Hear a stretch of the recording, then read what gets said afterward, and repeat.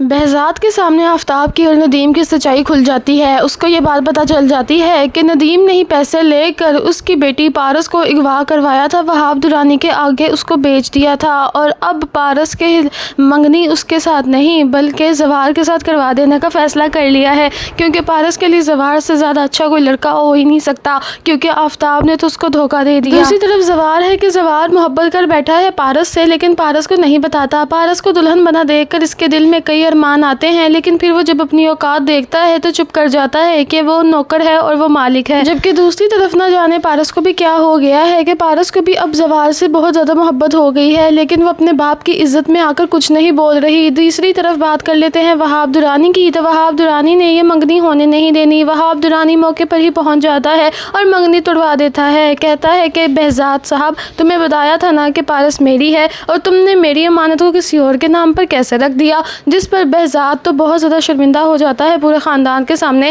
لیکن پاس کھڑا زوار بہت زیادہ مارتا ہے وہاب درانی کو اور یہ کہتا ہے لگتا ہے تم اس دن کی مار بھول گئے ہو، تم سے میں نے کہا تھا نا کہ پارس سے دور رہو، تو کیوں آئے ہو تم یہاں پر اتنی زیادہ زوار کی جرأت دیکھ کر بہزاد اس پر دل فدا کر بیٹھا ہے کہ کتنا اچھا لڑکا ہے، جبکہ دوسری طرف آفتاب کھڑا ہو کے تماشا ہی دیکھ رہا ہے۔ آفتاب نے ایک دفعہ بھی وہاب درانی کو نہیں روکا اور نہ ہی ندیم نے روکا، وہ روکیں بھی تو کیسے روکیں، کیونکہ انہوں نے تو اس سے 3 ایکڑ زمین لے رکھی ہے اور ساتھ میں 10 کروڑ روپیہ بھی لے رکھا ہے۔ اگر وہ بولیں گے تو وہاب درانی تو ان کا راز فاش کر دے گا سب کے سامنے، کہ بہزاد کو یہ بھی بتا دے گا کہ کس طرح ندیم نے پارس کی بولی لگا رکھی ہے۔ بہرحال دوسری طرف اب یہ فیصلہ کر لیا ہے بہزاد نے کہ میں آفتاب کے ساتھ یہ منگنی نہیں کروں گا۔ بہزاد کہتا ہے کہ میں دیکھ رہا تھا کہ تم نے ایک دفعہ بھی میری بیٹی کو نہیں بچایا، اب یہ منگنی کسی اور کے ساتھ نہیں بلکہ زوار کے ساتھ ہوگی، بلکہ منگنی کیا میں نکاح کروانے لگا ہوں پارس کا اور زوار کا۔ جس پر زوار ہکا پکا رہ جاتا ہے، کہتا ہے کہ سر یہ آپ کیا بات کر رہے ہیں، میں کہاں اور آپ کہاں؟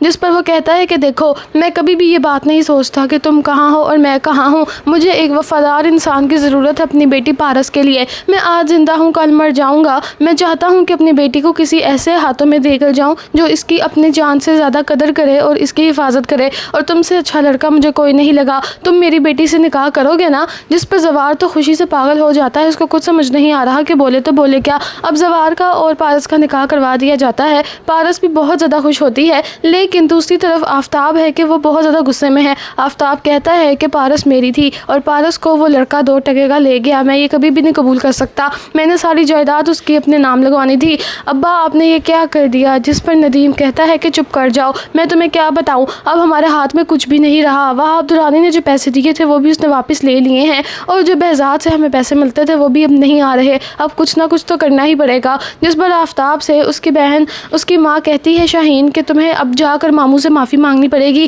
مجھے پتا ہے بہزاد بھائی ہم سے زیادہ دیر تک نہیں اداس رہ پائیں گے، وہ تمہیں معاف کر ہی دیں گے۔ جس پر آفتاب کہتا ہے کہ آپ کو کیا لگتا ہے کہ بہزاد ماموں مجھے معاف کریں گے؟ وہ تو اب ہماری شکل بھی دیکھنا پسند نہیں کرتے، ہمیں گوارا نہیں کرتے بلانا، اور ایسے حالات میں آپ کہہ رہی ہیں کہ میں معاف مانگ لوں۔ بہرحال دوسری طرف بات کر لیتے ہیں بیچاری ریشم کی، جبکہ ریشم بیٹھی ہوئی ہے زوار کے نام پر اور وہ یہی امید لگائے بیٹھی ہے کہ زوار آئے گا اور اس کی شادی کر لے گا۔ اس کو کیا ہی پتا کہ زوار نے تو نکاح کر لیا ہے، وہ بھی اپنی میڈم کے ساتھ۔ اب یہ باتیں بہت ہی زیادہ دل دکھائیں گی ریشم کی، کیونکہ اب جب زوار گھر آتا ہے تو زوار نے ابھی کسی کو بھی اس بارے میں نہیں بتایا۔ زوار اپنی ماں سے اس بارے میں بات کرنا چاہتا ہے، زوار اپنی ماں کو کہتا ہے کہ امی آپ سے بہت ضروری بات کرنی ہے۔ اس کی ماں کہتی ہے کہ بیٹا کیا ہوا ہے؟ تو پھر زوار بتاتا ہے کہ میں نے نکاح کر لیا ہے، وہ بھی پارس کے ساتھ۔ تو اس کی ماں ہکی بکی رہ جاتی ہے، کہتی ہے کہ تم کیسی باتیں کر رہے ہو، پارس لوگ کہاں اور ہم کہاں؟ تو وہ کہتا ہے کہ یہ بات تو میں بھی سوچ رہا تھا، لیکن بہزاد صاحب نے کہا ہے کہ ان کو مجھ جیسا وفادار لڑکا چاہیے تھا پارس کے لیے، جو کہ اس کی جان پر کھیل کر بھی اپنی